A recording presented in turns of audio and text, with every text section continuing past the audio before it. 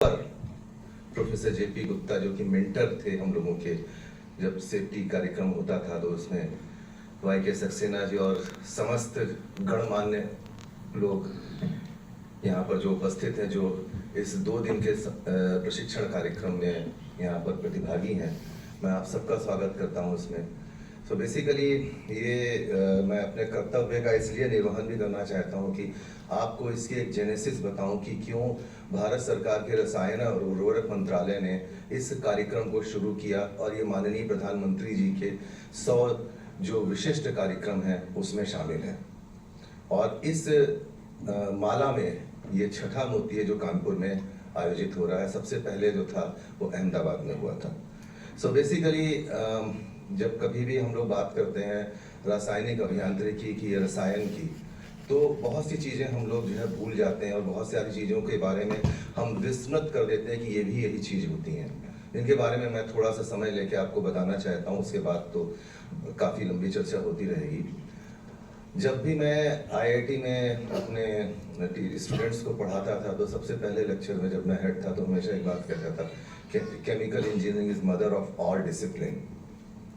So those who are the chemical engineers definitely इस बात को एग्री करेंगे, और जो नहीं हैं उनके लिए मैं एक टास्क देता हूँ। वो टास्क ये है कि वो एक क्षण भी किसी केमिकल इंजीनियरिंग के प्रोडक्ट को विस्मृत करके दिखा दें।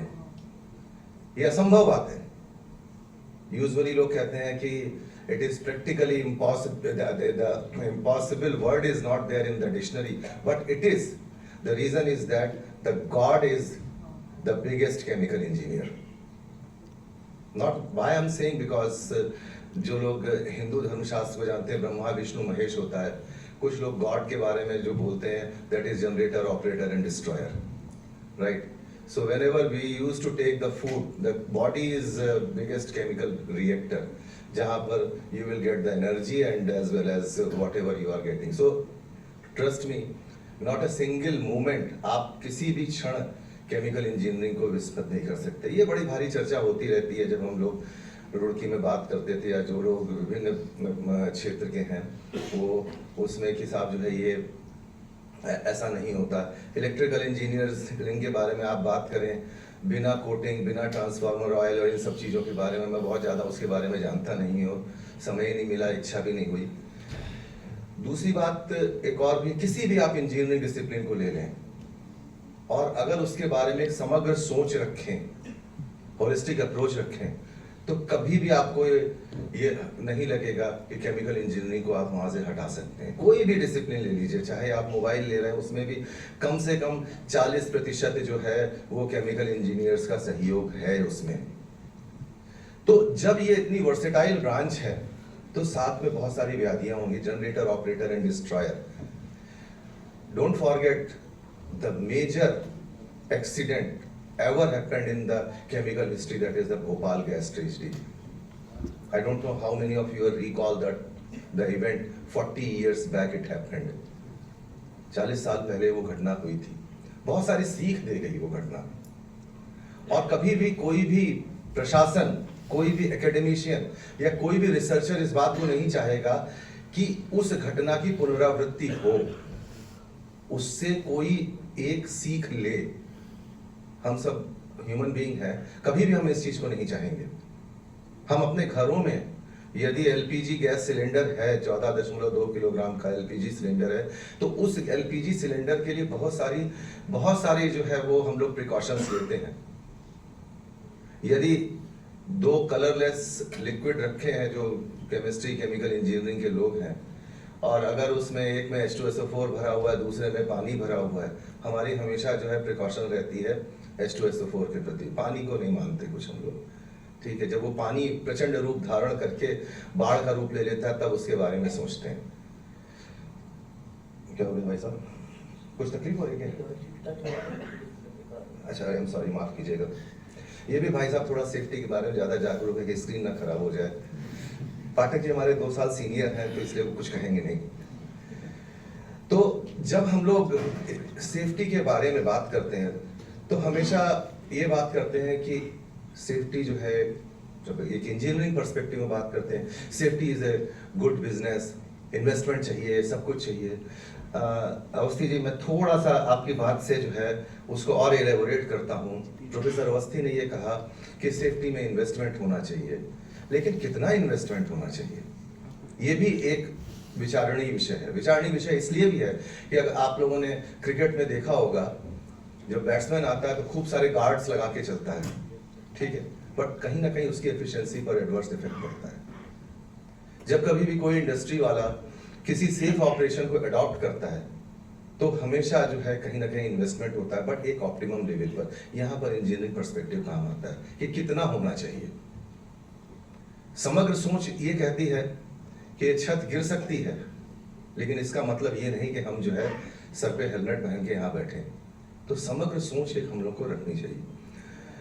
तो बात मैं कर रहा था भोपाल गैस ट्रेजेडी की, और अब चूंकि समय ज़्यादा हो रहा है तो इस वजह से मेरा कर्तव्य है कि मैं इस कार्यक्रम के बारे में आपको बताऊं कि ये हम लोगों को एक मैंडेट मिला था। और इसके पहले मैं भोपाल गैस ट्रेजेडी की बात इसलिए भी करता हूं कि उसके बाद जिस मंत्रालय में मैं वर्तमान में कार्यरत हूँ वो मंत्रालय अस्तित्व में आया। 1984 की घटना के बाद 2-3 चीज़ें बड़ी महत्वपूर्ण हुई। एक महत्वपूर्ण ये हुई कि उसके पहले जो लोग इंडस्ट्री से हैं वो रिकॉल करेंगे कि फैक्ट्रीज एक्ट 1948 एप्लीकेबल था। देश का इतने आजादी के इतने वर्षों के बाद भी देश का अपना कोई एक हैजार्डियस रूल या सेफ्टी रूल ये नहीं आया था।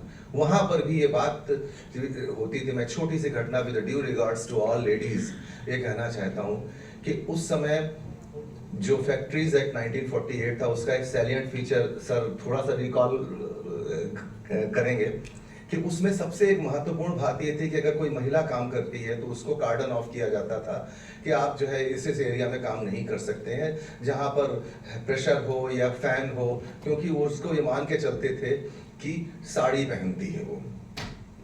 आज की तारीख में वो इररिलेवेंट हो गया था। तो मेरा ये कहना है कि अगर हम इसको एक समग्र रूप लें, ये बड़े मेरे लिए सौभाग्य का विषय है कि मेरे गुरुजी प्रोफेसर अनिल कुमार आईआईटी कानपुर थे, जिनके अंडर में मैंने जो है पीएचडी की थी।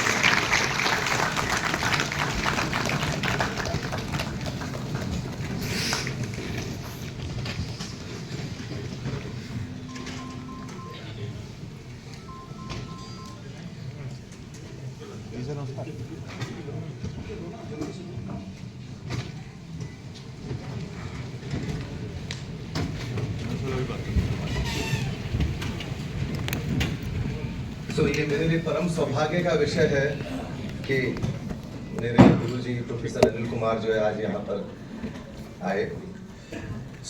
बात हम लोग कर रहे थे कि सेफ्टी की। Based on that particular incident come accident that Bhopal, the ministry in 1985 came into the existence, the Ministry of Chemical and Fertilizer. Earlier all operations were part and parcel of the Ministry of Petroleum.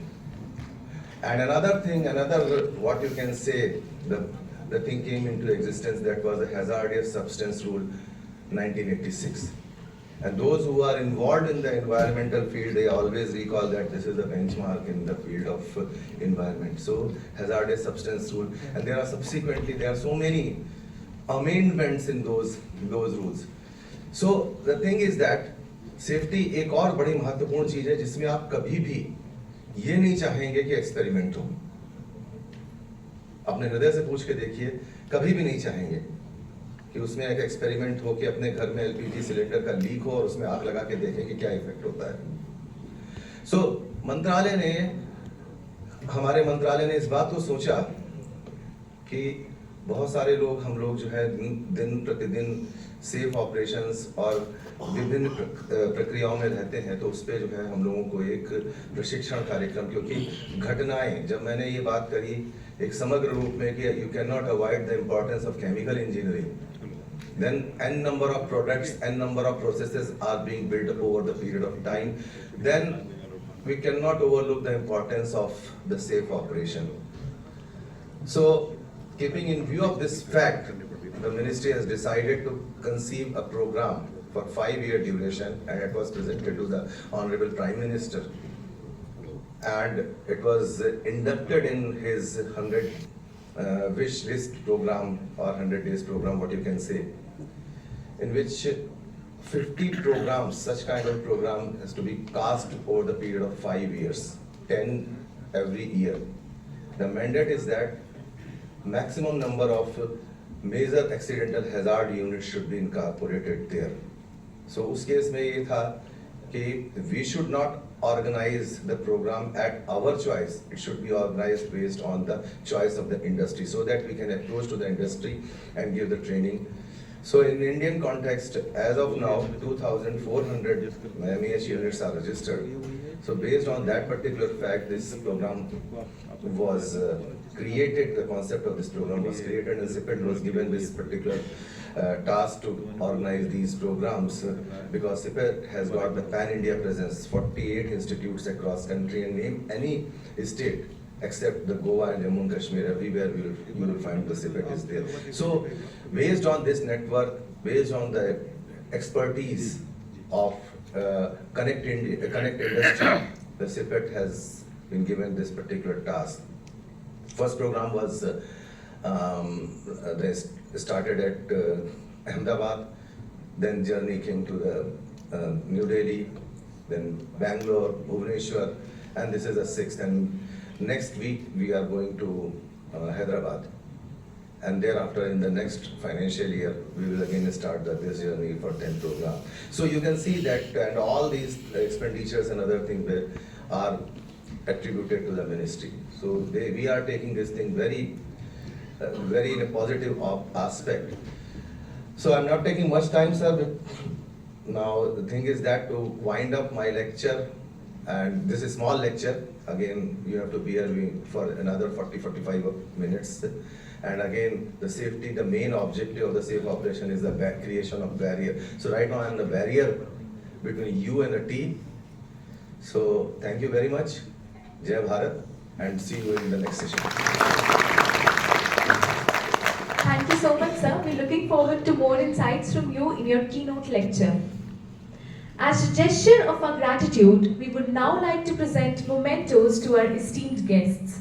I request Dr. Shishir Sinha to present a memento to our special guest, Mr. Rajesh Pathak, Secretary, TTB, Department of Science and Technology, Government of India.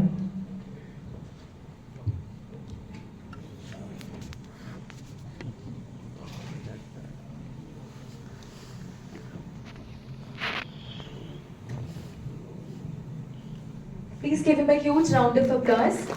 Thank you for joining us today, sir.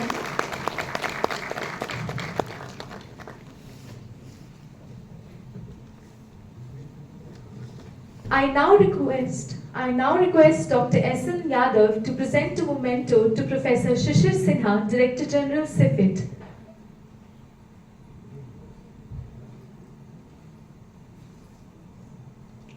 Thank you for joining us today, sir.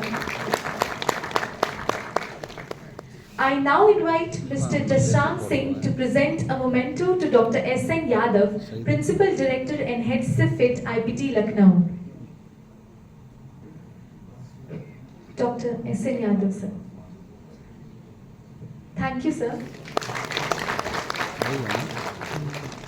Finally, I invite Mr. A.K. Khare to present a memento to Mr. Vivek Kumar, Manager Technical, CIPET, IPT, Lucknow. Thank you, sir.